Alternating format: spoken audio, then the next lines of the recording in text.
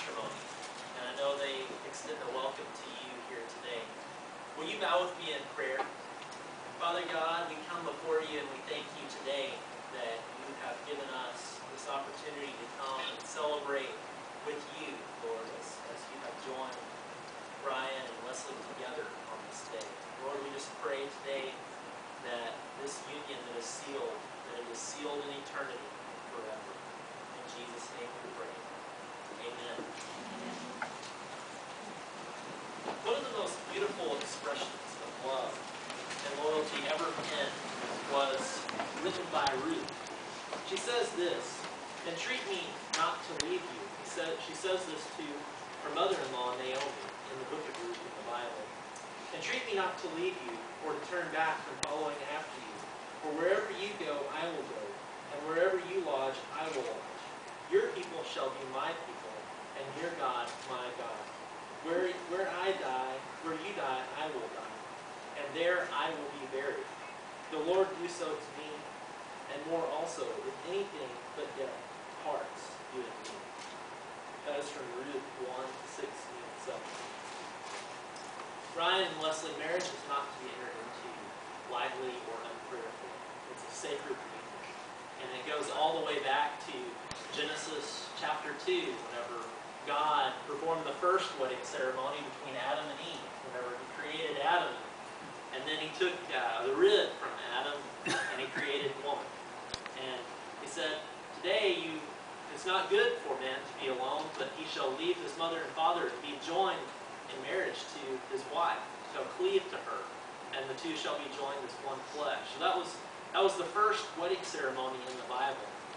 And then over in Ephesians chapter 5 in the New Testament, one of the most beautiful expressions of the marriage relationship is whenever you see Paul talking about Jesus as the bride, as the bridegroom, and the church as the bride. And Paul says, "Husbands, love your wives as Christ loves the church." Now, if you think about that union and that commitment, that's a pretty hard commitment to make. But it's one that's not to be entered into lightly.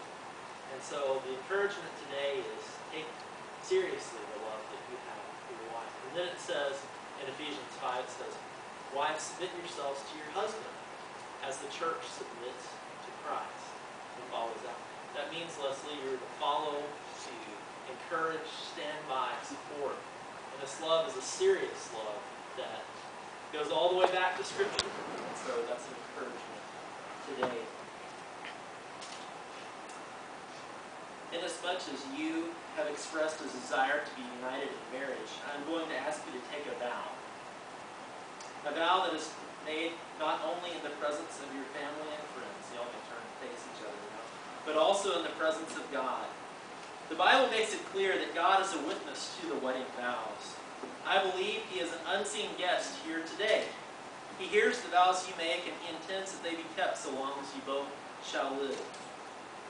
Do you, Ryan Baker, take Leslie Gross to be your lawfully wedded wife? And do you promise before God and these witnesses to love her, to comfort her, honor and keep her in sickness and in health, in plenty and in want, and forsaking all others, keep thee unto her so long as you both shall live? Do you so promise? Amen. And you, Leslie Ann Gross, do you promise to take Ryan Seth Baker to be your lawfully wedded husband?